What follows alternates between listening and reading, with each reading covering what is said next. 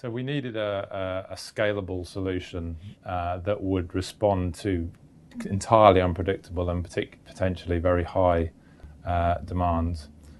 We wanted a solution where we didn't have a whole lot of redundant hardware sitting there doing nothing for the 99% of the time when the volumes are low.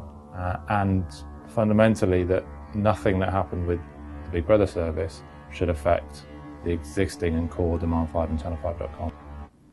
Businesses would use a hybrid cloud model that are massively peaky sites. For example, Big Brother airs at 9 o'clock at night. All the people who are going to hit the site are going to go on at 9 o'clock. At 3 o'clock in the morning, most people are in bed. They're not going to use it. The cloud offers you sort of the ability to scale your environment during those periods and then to obviously scale back down. So you basically, the old way of doing things would be dedicated infrastructure where you would essentially be paying for a massively overspec'd environment all year round, where you're only really using that for 5–10% of the year, even though you have massive revenues during those periods, so you have to cater for it, but it's not really appropriate for sort of 90% of the time. The main result was meeting the expected launch spike without a problem.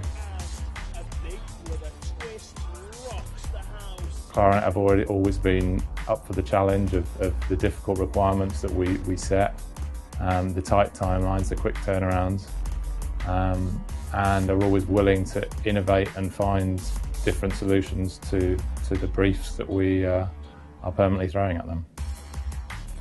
Big Brother's had a really positive effect on our traffic levels throughout. We've had a doubling of unique visitors, page views and video views over the period, more than doubling in fact. It's bring a very valuable young audience, and so I suppose a lot of our activity, particularly in the digital space, was to try and find a way to reach them more easily.